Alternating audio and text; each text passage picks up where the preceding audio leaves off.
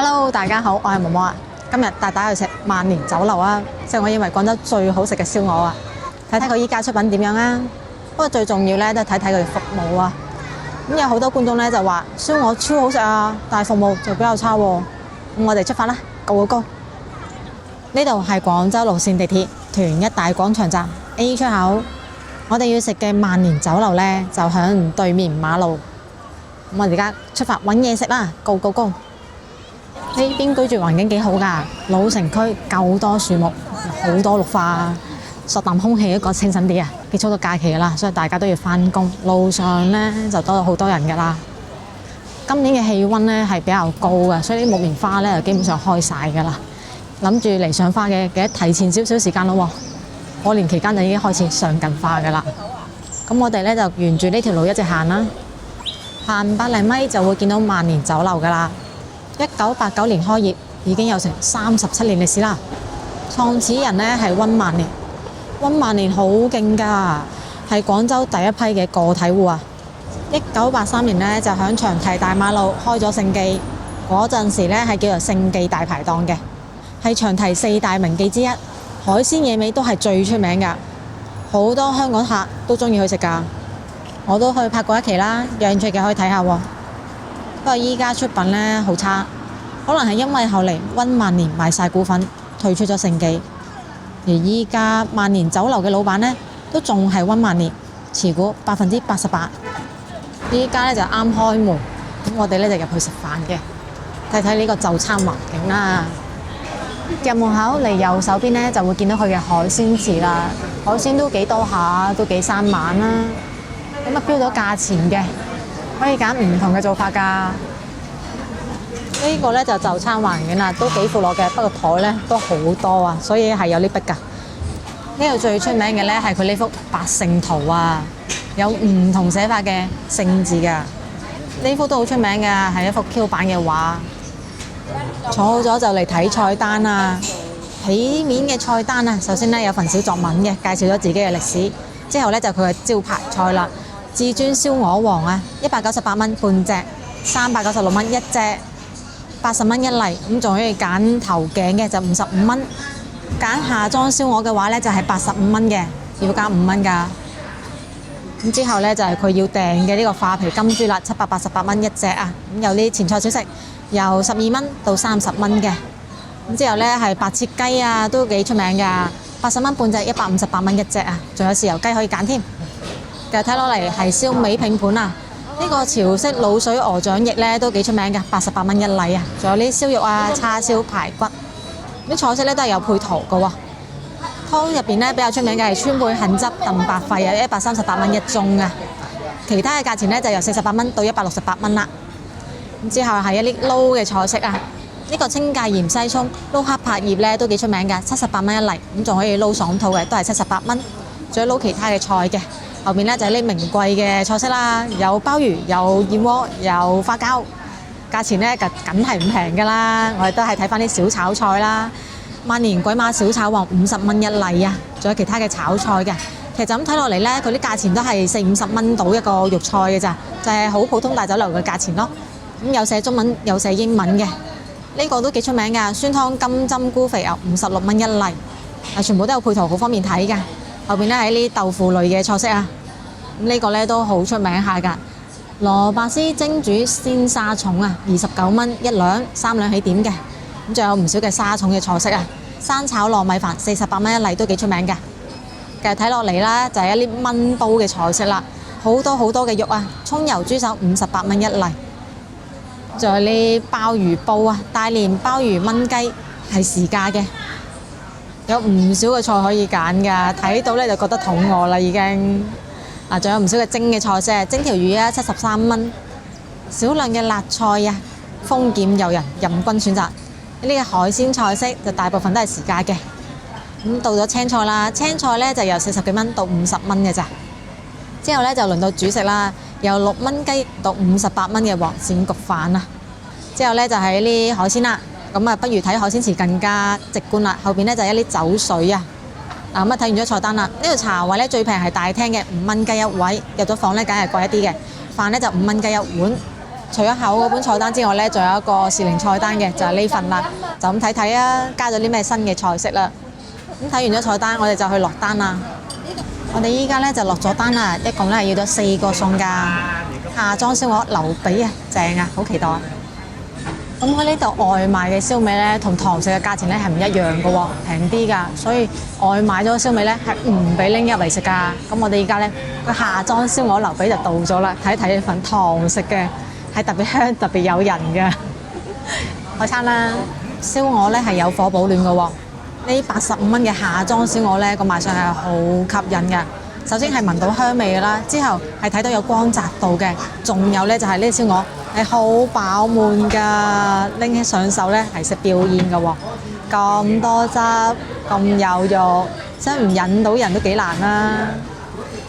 皮有光澤，手感呢係脆嘅喎，咁拎上手呢係暖粒粒嘅呢隻燒鵝，佢做嘅呢係古法燒鵝啊，呢種燒鵝新鮮食嗰時係非常之好味嘅。燒鵝皮呢係有一卡一卡嘅紋路嘅喎，證明咗佢用嘅呢係大鵝啊，唔係嗰啲細鵝啊。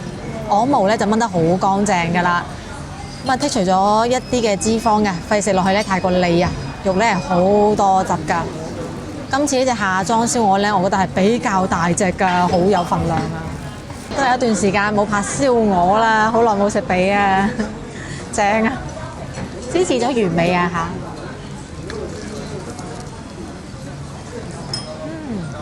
啲人都好正，好中意佢呢度燒鵝啊！嗰條香味真係爆炸咁濃郁啊，好正啊！即係嗰啲咩叫肉香一啖上頭，指嘅就係佢呢度嘅燒鵝啦，真係好香啊！口感真係唔油膩嘅，而且個皮咧係好脆㗎，花皮一啲渣都冇㗎，好香啊！一啲都唔覺得膩啊！如果覺得即係少少都覺得膩咧，你可以點佢呢個酸梅醬㗎，佢係真係有酸梅㗎，正宗嘅酸梅醬。嘿嘿嘿！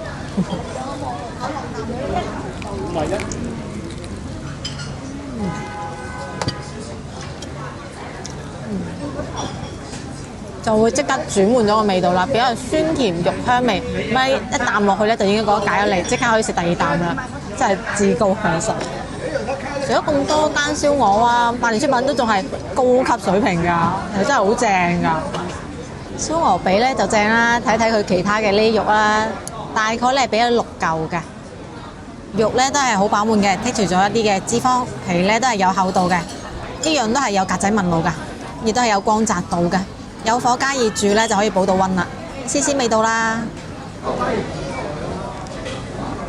鵝肉嘅味道咧就會濃郁一啲，嗰種燒鵝汁嘅味咧會明顯一啲㗎，有少少藥材味，但係唔算好明顯嘅。皮咧都係好脆嘅，肉咧都係多汁，唔蝕牙，食落去咧都唔覺得肥膩㗎，好食啊，成分都冇乜問題啊，同以前一樣咁正啊！呢度嘅燒鵝條味咧係好好㗎喎，連骨都有味㗎，食到我舐舐脷啊！骨都選到一啲肉都唔剩㗎，真係正。我咧就一定要趁熱食啊，擺得耐咧浸皮會慢慢變得唔脆㗎。芫茜葱撈蝦牛柏葉啊，78蚊嘅，份量咧都幾大下㗎。咁睇睇啲配料啊，有花生啦、洋葱啦、青椒啦，一啲芫茜啦、薑絲啦，同埋有好多好多嘅牛柏葉啊，係黑色呢種好自然嘅牛柏葉啊，上面起晒釘嘅。兩面都係咁樣嘅，有厚度㗎，洗得咧就感覺好乾淨啦，而且睇上去咧就好新鮮啦，好有彈性嘅。咁我哋咧就先撈一撈佢啦，撈起風生水起啊！不過真係冇咩服務啊，自己動手豐衣足食啊！即係雖然佢唔會話黑面啊，唔會話咩嘢嘅，但係真係唔會主動提供啦。試一試呢個牛柏葉啊，好大抽㗎，係一脆就熟嗰啲牛柏葉嚟㗎，口感好脆啊，好爽口㗎，一啲腥味都冇，好香啊！有啲多嘅嗰啲辣味嘅，好過癮㗎。呢個涼菜嚟嘅喎，但係好好食㗎，真係好吊起到嗰個食慾㗎。配咗一個芥末豉油嘅喎，本身呢個牛柏葉裡面咧係有普通嘅豉油嘅。我哋依家咧就點一點呢個芥末豉油，試一試個味道會有咩變化。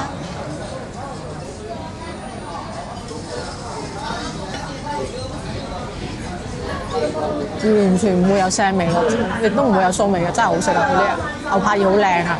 點完個芥末豉油之後咧都 OK 噶，條條都咁粗咁大啊，洗得好乾淨啊！呢種式嘅牛柏葉呢，就冇用啲咩嘢嚟揦過㗎啦，比較自然，食落去呢，又確實冇咩異味嘅，好靚嘅牛柏葉啊！配料嘅花生梗係唔可以放過去啦，花生夠香嘅，不過口感我覺得唔夠脆，唔係佢唔脆，係佢唔夠脆啫。OK 啦，呢道菜冇咩大問題嘅。呢個芫茜葱撈牛柏葉呢，我覺得其實性價比唔算好高啊。用嘅食材呢，雖然幾靚嘅，嗱你睇呢牛柏葉啊，真係好粗好大條，好乾淨，口感好好嘅。但係呢，件數有啲少啊，數埋得個10條到㗎咋，所以我覺得呢道菜嘅性價比呢唔算好高咯。不過之前呢就有觀眾話好正，所以我今次呢就過嚟試一試佢。我覺得係好食嘅，但係整體嚟講呢就唔算太滿意，佢唔夠驚豔啊。勝瓜浸沙蟲99蚊啊！呢一份係沙蟲呢係3兩起點價，29蚊一兩啊。用勝瓜浸呢就要加12蚊嘅，所以一共呢就要99蚊啦。咁擺咗好多好多嘅沙蟲㗎，有成3兩喎。用嘅沙蟲呢係鮮沙蟲啊，沙蟲呢係好粗㗎，而且就咁睇落去呢，感覺都乾淨嘅。綠色嗰啲呢梗係勝瓜啦，勝瓜呢其實就係絲瓜啊，因為絲聲唔好聽啊，所以呢就叫做勝瓜咯。咁仲有啲菇嘅，湯色呢就唔足嘅，而且呢就唔油，聞上去呢都幾鮮幾香下㗎。攞少少嘅薑片嚟辟腥味嘅，睇睇合唔合格啦，係一個好考功夫嘅菜式嚟㗎。哇！成煲嘢好多料啊，又係一個又食得又飲得嘅菜啊！先畢個湯先，之後呢就撈啲勝瓜同埋沙蟲啦。其實廣州人食飯呢係慣飲湯先嘅喎，你哋呢？你哋中意係飯前飲湯定飯後飲湯㗎？我呢就先試咗佢嘅沙蟲啦。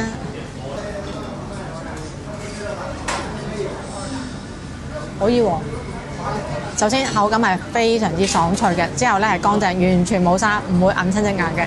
咁仲有沙蟲嘅鮮甜味，揀嘅沙蟲咧夠新鮮。因為其實沙蟲咧煮起身係一定嘅難度，佢煮耐少少咧就會變得韌㗎啦。咁一定要啱好熟，佢先會變得好爽脆嘅。做得到啊 ，OK 啊，而且個鮮味真係好足啊！就算而家講嘢咧，覺得好鮮嘅。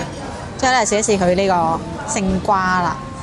勝瓜新鮮夠軟腍，可以同沙蟲做一個口感上面嘅碰撞，而且咧好有呢個勝瓜嘅味道啊，幾鮮甜下嘅，係瓜菜嗰種鮮甜味，同海鮮嘅鮮甜味唔一樣嘅。成份湯咧係非常之鮮嘅。咁依家嚟試一試佢嘅湯啦，佢落咗少少胡椒嚟調味嘅喎，我覺得稍為有少少搶咗佢，佢唔使落都得㗎。而家咁樣飲落嚟咧，雖然會覺得輕口咁樣好似好補啊，但係搶咗個鮮味啊，所以我覺得係多此一舉咯，有進步空間。可能對自己食材唔夠有信心咯。調味輕輕咧，我覺得係偏重手一啲啲㗎。佢唔單止胡椒味有啲明顯，鹽咧都落得多少少啊，有少少偏鹹啊。不過佢沙蟲咧係真係好一流㗎，口感好爽脆啊，而且好鮮味啊。再加上係咁粗咁大條嘅沙蟲喎，沙蟲咧係好值錢㗎。所以呢份湯咧都幾有性價比㗎啦。嗱，佢仲落咗好多呢草菇㗎，試一試個菇啊。爽滑，幾脆啊，有菇味啊。其實草菇咧係一個大人細路都中意嘅菇種嚟嘅，佢冇咩唔好嘅味道嘅，所以就同呢種好鮮味嘅湯咧都幾搭下㗎，增加個口感咯，同埋呢個更加可以食得到啊，咩都食得到啊真係。浸得耐咧，啲沙蟲就會變得有啲韌㗎啦，就唔夠啱先一上嚟食嗰陣時咁脆㗎啦。呢度咧有好幾味餸啊，都係咁樣㗎，一定要一上嚟咧就食㗎喎。遲一陣咧就已經變得冇咁好食㗎啦，好似燒鵝啊，嗰浸皮咧就變得冇咁脆㗎啦，個髀位 keep 到嘅，但係新嗰啲肉嘅皮咧就會慢慢變得冇咁脆㗎啦。如果沙蟲咧就變得韌咗喎，所以要食好嘢咧都係要趕時間嘅，唔好慢慢傾住計啊。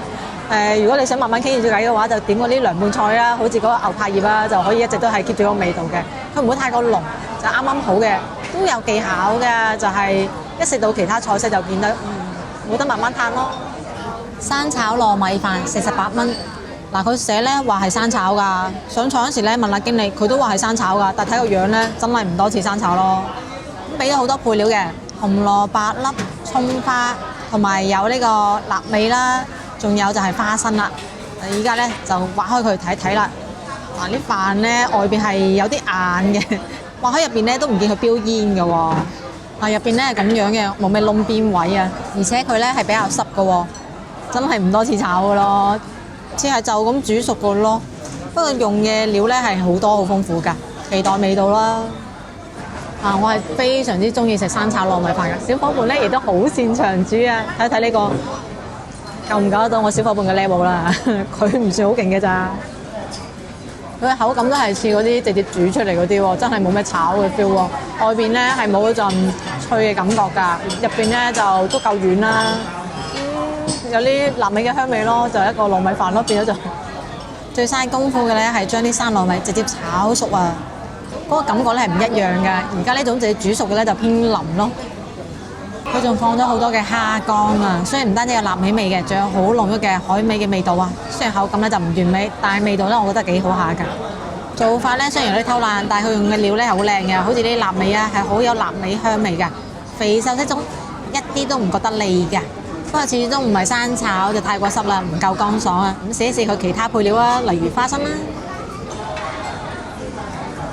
呢個花生係夠脆啦，有衣嘅，外邊咧會有啲咁多嗰種花生嘅少少嘅澀味嘅，但係咧唔怕嘅，同嗰個成個味道咧好搭㗎。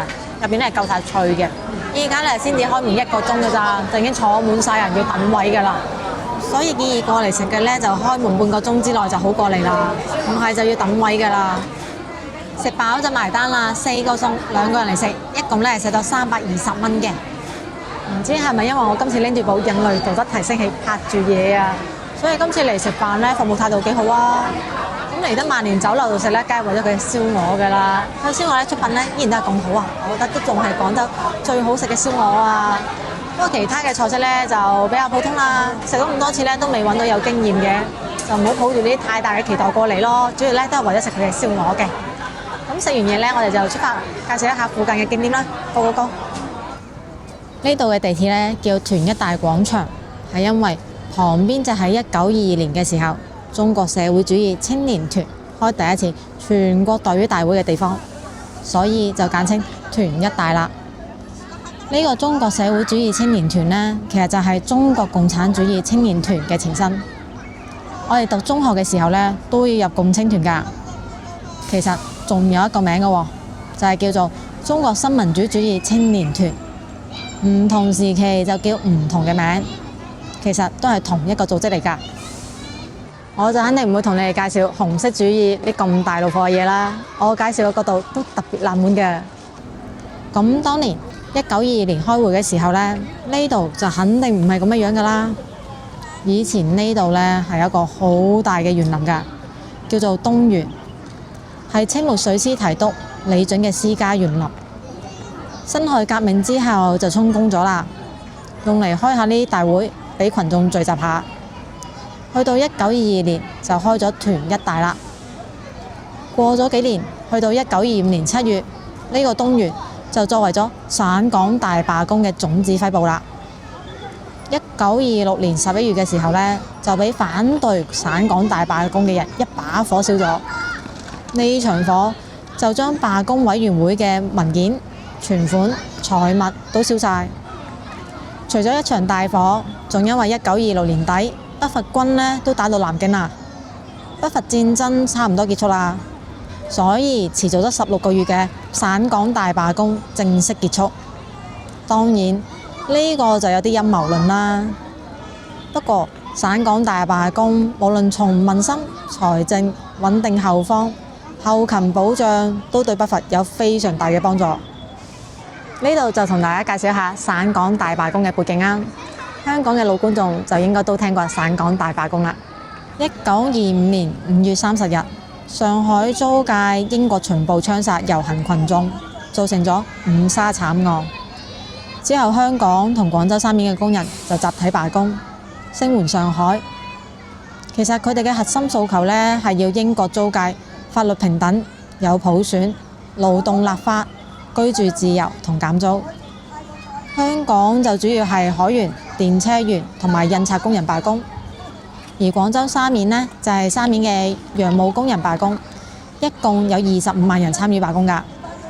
咁其實最慘呢係6月23日嘅沙基慘案，有10萬人遊行到沙面對面嘅沙基，英法嘅軍警就開槍開炮，有60人死，170人重傷。就因為沙基慘案，所以就令到罷工更加堅決啦。就響東莞呢度設立咗省港罷工委員會。其實呢個委員會呢，類似一個臨時嘅工人政府，仲設咗幹事局、法制局、糾察隊、公檢法都齊啦，仲有醫院同學校。所以我一直呢都覺得呢個穩定後方嘅方案對後面嘅北伐好有幫助。而且罷工嘅同時，糾察隊封鎖香港同沙面租界嘅水陸交通，禁止物資運去深圳同香港，令到香港經濟癱瘓、物資短缺、百業蕭條。港英政府後嚟喺報告度話，經濟損失超1億港元。直到1926年底，東莞大火，北伐都打到南京，差唔多到上海啦，咁就結束罷工，解除對香港同廣州沙面嘅封鎖。今期影片就到呢一度啦，鍾意我影片想食地道菜式嘅，記得關注頻道喎，點個 like 啊，分享俾身邊朋友仔，仲有打開小鈴鐺啊，有新影片會第一時間通知你㗎。咁我哋下期見啦，拜拜。